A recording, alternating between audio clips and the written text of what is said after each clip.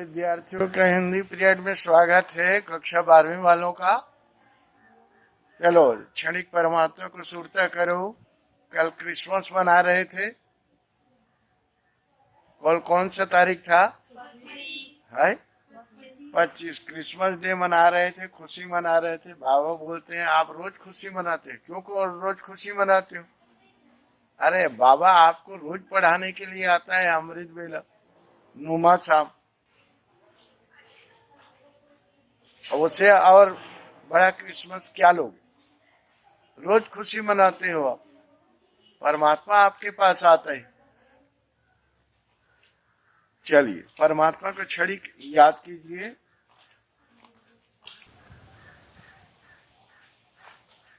ओम शांति। आज देखेंगे पत्रकारिता। पत्रकारिता किसे कहते हैं ये जानना है। बहुत ही अच्छा है ये टॉपिक जो रखे है ना, बिल्कुल व्यवहारिक है। पत्रकारिता क्या है आप सब सुने हैं आप लोग, लेकिन वास्तव में पत्रकारिता क्या है नहीं जानते। पत्रकारिता से आप क्या समझते हैं? प्रश्न है। देश विदेश में घटने वाली घटनाओं को संकलित करके उन्हें समाचार के रूप में संपादित करने की विधा को पत्रकारिता कहते हैं। कितना सरल है, बहुत सरल है। अब अगला प्रश्न है पत्रकारिता के विभिन्न आयाम क्या हैं? किन्हीं विचार, टिप्पणी, फोटो, संपादकीय लेख, फोटो, कार्टून आदि को छापना पत्रकारिता के अंतर्गत आता है। पत्रकारिता के आयाम है संपादकीय है, फोटो पत्रकारिता है, कार्टून कोना है, रेखांकन है और कार्टोग्राफ है। ये पत्रकारिता के विभिन्न आयाम है। अब पत्रकारिता का मूल तत्व क्या है? पत्रकारिता के मूल तत्व नई सूचनाएं प्रदान करना। पत्रकारिता का मूल तत्व क्या है? नई सूचनाएं प्रदान करना। पत्रकारिता के विभिन्न प्रकारों के नाम लिखिए। उत्तर में है पहला खोजपरक पत्रकारिता, विशेषीकृत पत्रकारिता, वाच डांग पत्रकारिता, एडवोकेसी पत्रकारिता, वैकल्पिक पत्रकारिता, पीठ पत्रकारिता। अगला प्रश्न है फोटो पत्रकारिता का क्या महत्व है? समाचार से संबंधित फोटो प्रकाशित होने से समाचार की प्रामाणिकता और संप्रेषणीयता बढ़ जाती है कि वास्तव में घटना घटी है। इसे फोटो सहित भेजने पर समाचार से संबंधित फोटो प्रकाशित होने से समाचार की प्रामाणिकता और संप्रेषणीयता बढ़ जाती है। फोटो पत्रकारिता का प्रयोग ऐतिहासिक महत्व की इमारतें, प्राकृतिक दृश्यों अथवा पशु पक्षियों आदि से संबद्ध विचारों के प्रस्तुतिकरण के लिए किया जाता है। अगला प्रश्न है विशेषीकृत पत्रकारिता को क्यों महत्व दिया जाता है? किसी क्षेत्र विशेष की गहन जानकारी देना, विश्लेषण करना विशेषीकृत पत्रकारिता के अंतर्गत आता है, जिससे क्षेत्र विशेष के संबंध में व्यापक ज्ञान प्राप्त करना सरल हो जाता है। खोज पत्रकारिता किसे कहा जाता है? खोजपरक पत्रकारिता का अर्थ जिसमें सूचनाओं को सामने लाने के लिए उन तथ्यों को गहराई से छानबीन की जाती है जिन्हें संबंधित पक्ष द्वारा दबाने का प्रयास किया जा रहा हो। इसको खोजपरक पत्रकारिता कहते हैं। वाच डांग पत्रकारिता किस प्रकार लोकतंत्र का प्रहरी है, मतलब रक्षक है। वाच डांग पत्रकारिता की मुख्य भूमिका सरकार और जनता के बीच तालमेल बनाना है। जनता की आवाज सरकार तक पहुंचाने का सबसे सशक्त माध्यम आज मीडिया ही है। पीठ पत्रकारिता से आप क्या समझते हैं? सनसनी, चकाचौंध या ग्लैमर फैलाने वाले पत्रकारिता को पीठ पत्रकारिता या पेज थ्री पत्रकारिता कहा जाता है। इंटरनेट पत्रकारिता पर संक्षिप्त टिप्पणी लिखिए। आज कंप्यूटर की सहायता से इंटरनेट पर समाचार प्रकाशित किए जाते हैं। पत्रकारिता के अंतर्गत जो कार्य किए जाते हैं वे सब इंटरनेट के माध्यम से किए जाते हैं।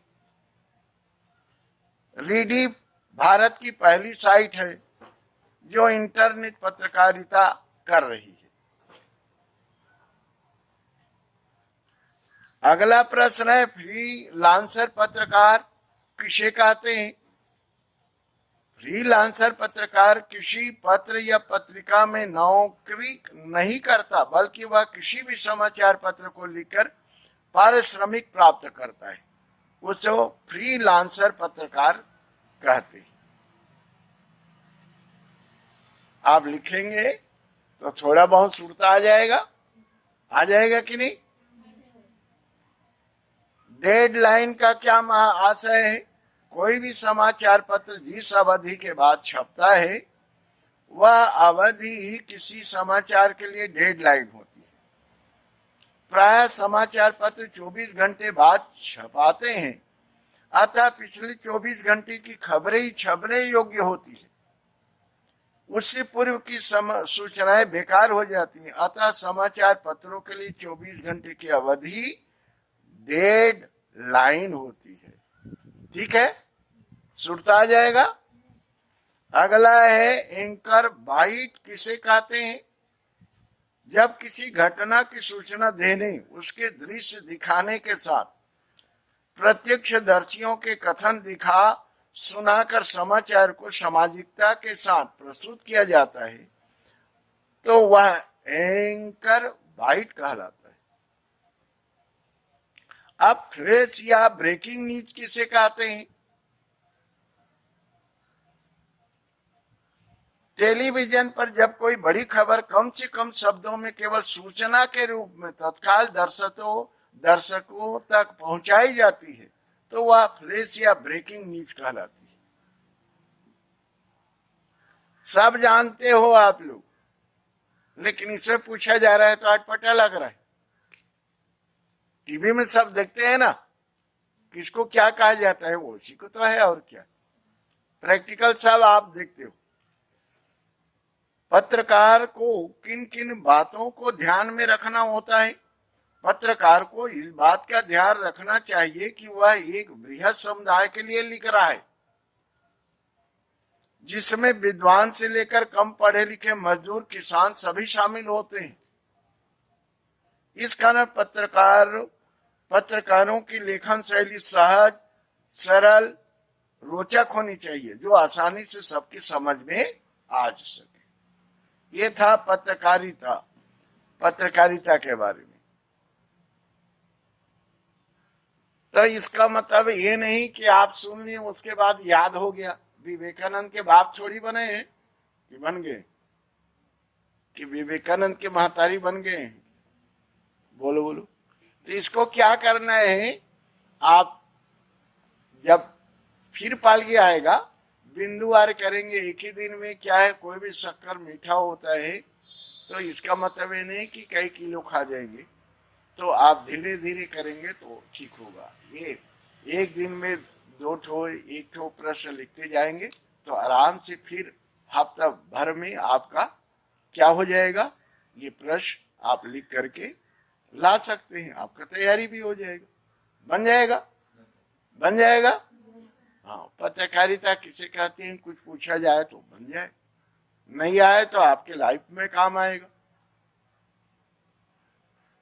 ठीक है, अब समझ के लिखेंगे, अब छोटे बच्चे नहीं।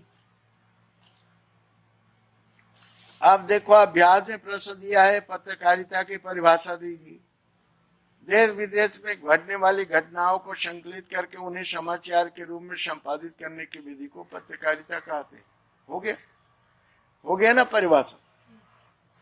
पत्रकार कितने प्रकार के होते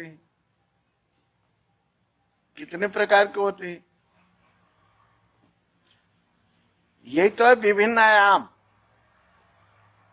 12वीं पढ़ रहे हैं, 12 साल हो गए पढ़ते हुए आ रहे हैं, शब्द भंडार बढ़ाया नहीं। अरे कुछ भी विभिन्न आयाम में विभिन्न प्रकार, और क्या, बुद्धि का प्रयोग करो। सब परमात्मा बुद्धि दिया है, बराबर का बुद्धि नहीं दिया है, सबका अपना अपना है। जो जितना परमात्मा को याद करते हैं उतना बुद्धि दिया है, और क्या, न पहना है। तो विभिन्न आयाम क्या है, संपादकीय है, यह दिया है। पत्रकारिता के विभिन्न प्रकार दिया है। कितना प्रकार बताया था मैं, खोज परक पत्रकारिता, विशेषीकृत पत्रकारिता, वाच ढंग पत्रकारिता, एडवोकेसी, वैकल्पिक और पीठ। इस तरह से छह है पत्रकारिता। तो लिख सकते हैं, अब परीक्षा में आएगा तो नहीं लिख सकेंगे, तैयारी करेंगे, लिख करके बताएंगे तो थोड़ा बहुत तैयार हो जाएगा, और परीक्षा में आएगा तो बन जाना चाहिए। अब चलाते हैं, इंटरनेट हटा दिया है।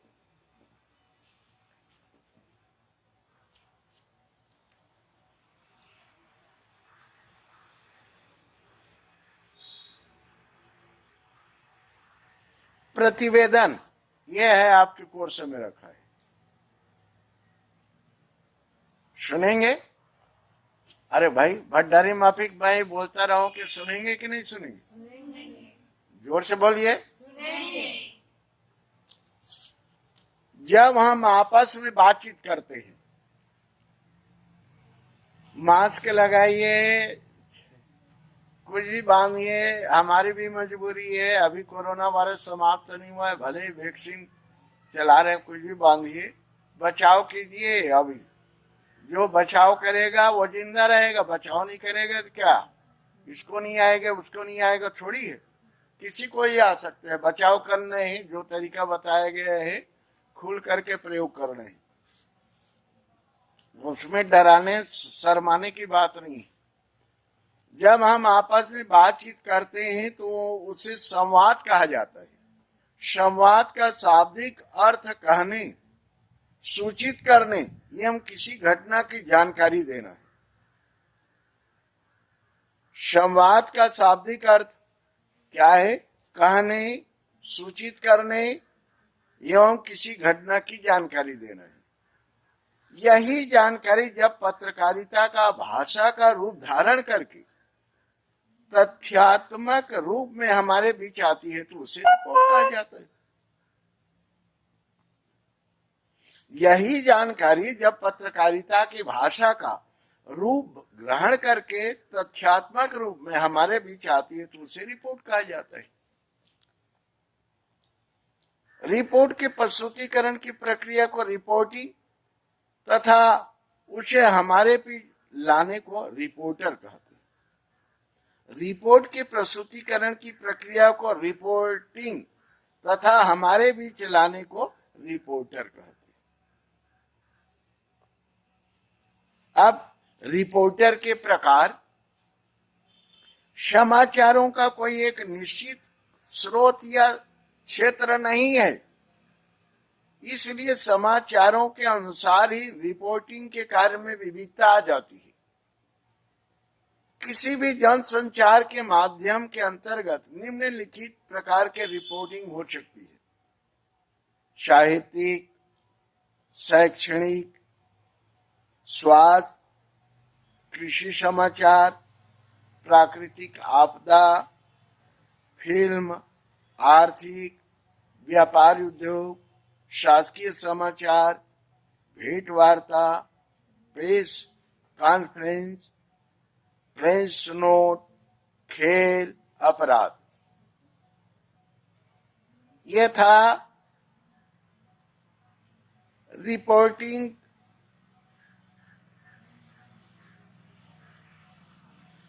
देखा आप लोगों ने। अब रिपोर्ट की विशेषता क्या है? पहली विशेषता है, रिपोर्ट किसी घटना की ठीक ठाक और तथ्यात्मक सूचना देती।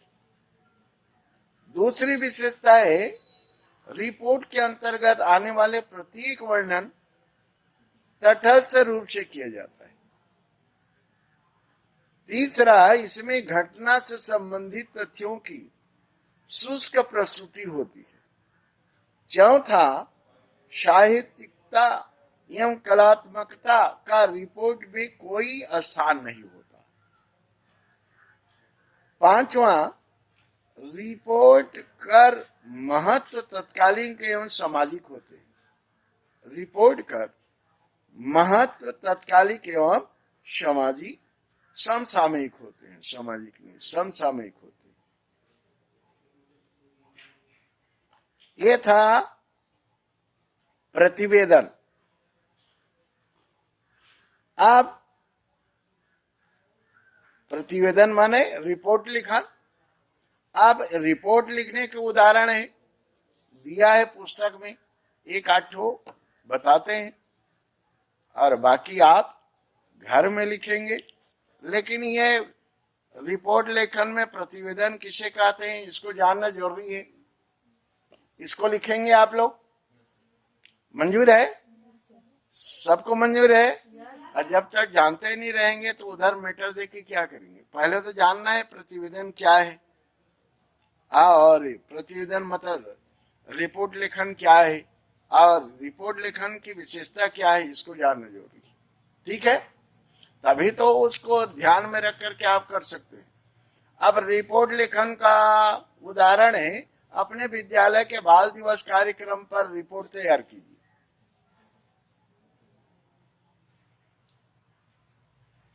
ये सब है, मतलब ना विद्यार्थी ध्यान नहीं देता। ये तो सब आपका क्या है, व्यवहारिक आपका अध्ययन चल रहा है। आप इसमें अपना करियर बना सकते हो, नौकरी खोजने की आवश्यकता नहीं। सबकी बुद्धि एक ही साइड का रहता है क्या, बताओ? कोई किसी में आगे रहता है, कोई किसी में आगे रहता है, तो अपना करियर बना सकता है। रिपोर्ट लिखने के उदाहरण है, अपने विद्यालय के बाल दिवस कार्यक्रम पर रिपोर्ट तैयार कीजिए। 14 नवंबर उदाहरण है ये, 2018 को हमारे विद्यालय में बाल दिवस का आयोजन हुआ। इस कार्यक्रम के अवसर पर नगर के प्रसिद्ध समाज सेवी श्याम बहादुर कार्यक्रम के मुख्य अतिथि थे। इस कार्यक्रम में बच्चों का काफी उत्साह देखा गया। विद्यालय को पूरी तरह से सजाया संवारा गया। नृत्य, नाटक, गायन, चित्रकला आदि विभिन्न कलाओं का प्रस्तुतिकरण सबका मन मोह लिए। प्राचार्य ने विद्यालय की प्रगति या बच्चों के द्वारा प्रस्तुत कार्यक्रम की सराहना करते हुए बच्चों के सर्वांगीण विकास, उनके उज्जवल भविष्य की शुभकामनाएं दी। अंत में विजेताओं को मुख्य अतिथि के हाथों पुरस्कार दिया गया। इस प्रकार यह कार्यक्रम सोलह संपन्न हुआ।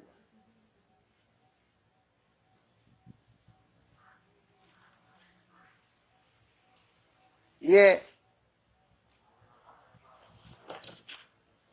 कितना 60 एनयू सीट है ऐसे रिपोर्ट।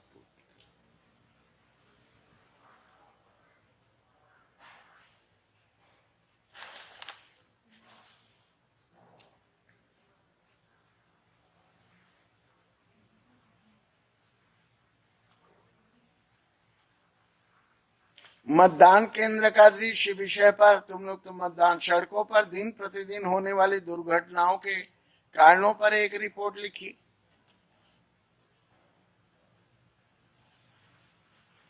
करेंगे विद्यार्थी? ठीक है। अब इसको भी क्या करेंगे, उदाहरण भी, यह रिपोर्ट लेखन क्या है, प्रतिवेदन क्या है, कैसे लिखा जाता है, इसको भी लिखेंगे। और उसके बाद एक दिन में एक या दो, जो आपकी मर्जी है, लिखेंगे। तब तो आपको मतलब अभ्यास होगा कि ऐसे रिपोर्ट लिखा जाता है। ठीक है, ठीक है। इसको भी लिखेंगे आप लोग। बहुत छोटा छोटा लिखना है, बहुत बड़ा बड़ा नहीं लिखना है। आपका अभ्यास भर होना है। मंजूर है सबको? उसके बाद क्या है, आता है आलेख। क्या क्या हो गया आज? पत्रकारिता, हाँ, और हाँ, रिपोर्ट लेखन प्रतिवेदन। ठीक है, 3 चीज हो गया। ये आलेख, ये अनुच्छेद लेखन से मिलता जुलता है।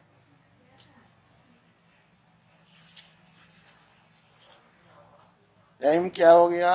लक्ष्मण रेखा पार नहीं करेंगे। 10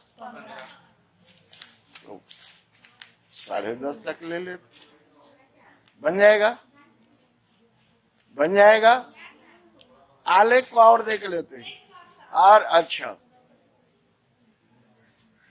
सुनो जी, सभी विद्यार्थी जो पाठ पढ़ाया गया है, जो कोर्स में है, सभी पाठ नहीं है, कोर्स में रहे हैं कि नहीं, सभी विषय में कम किया गया है, वो देख लेना। जो जो पाठ निर्धारित है उसका प्रश्न मैं तो आपका भेज दिया हूँ मोबाइल में, शायद आपको भेज दिया गया होगा सभी पाठ।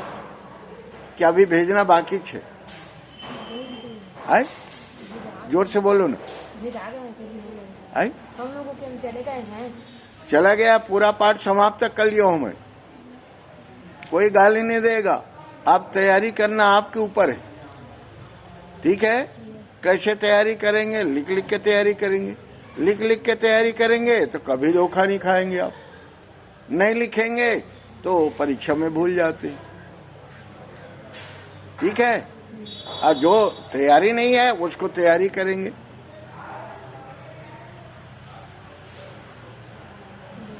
ठीक है?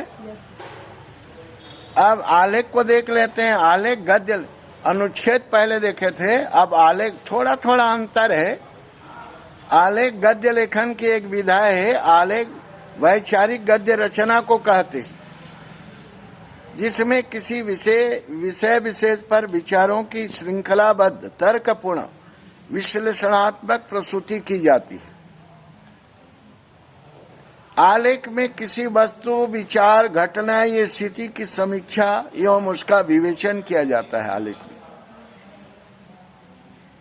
आलेख में किसी वस्तु, विचार, घटना अथवा स्थिति की समीक्षा एवं उसका विवेचन किया जाता है।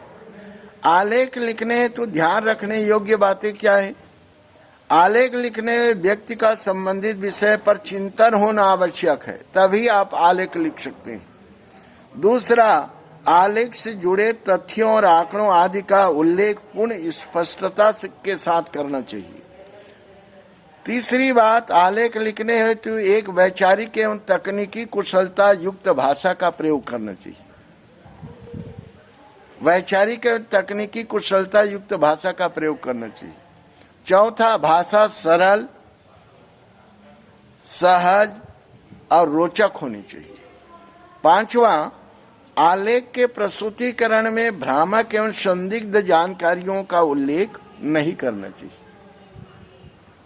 छठवां, आलेख का आमुख माने प्रस्तावना वाला अंश, समाप्ति वाला अंश रोचक एवं निष्कर्ष परक होना चाहिए। आलेख का प्रस्तावना वाला अंश, समाप्ति वाला अंश रोचक एवं निष्कर्ष परक होना चाहिए। ये था आलेख के बारे में मंत्र। आलेख लिखेंगे तो किन चीजों को ध्यान देना है, आलेख क्या चीज है, किन बातों को ध्यान देना है, ये आपको सुनाया गया। ठीक है? एक आठ उदाहरण सुनेंगे, क्या आवश्यकता नहीं है? सुनेंगे कि नहीं सुनेंगे? जोर से बोलिए। और इसको भी क्या करना है, डेली वाला वर्क में लिखना। मंजूर है? मंजूर है?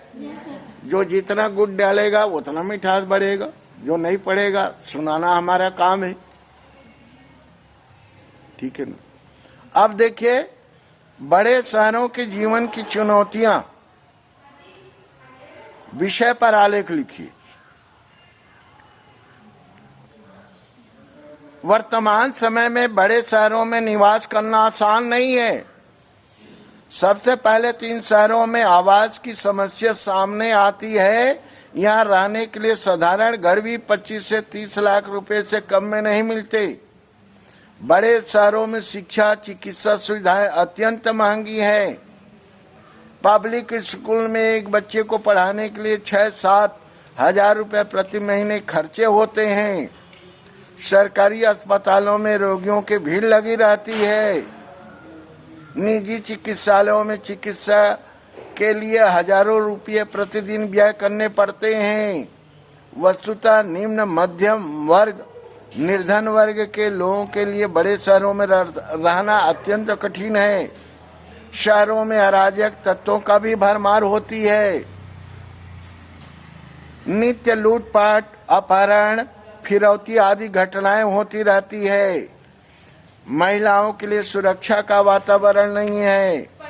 शहरों में यातायात की समस्या भी विकराल रूप धारण कर चुकी है। वाहनों की संख्या इतनी अधिक है कि ट्रैफिक जाम की समस्या का समाधान संभव ही नहीं है। शहरों में दिखावा बहुत बढ़ गया है। यहाँ व्यक्ति अधिकाधिक धन कमाने के लिए उचित अनुचित सभी रास्तों को अपनाते हैं। वस्तुतः बड़े शहरों में जीवन बहुत अधिक चुनौतीपूर्ण हो चुका है। देखो, आप क्या लिख करके लाए थे?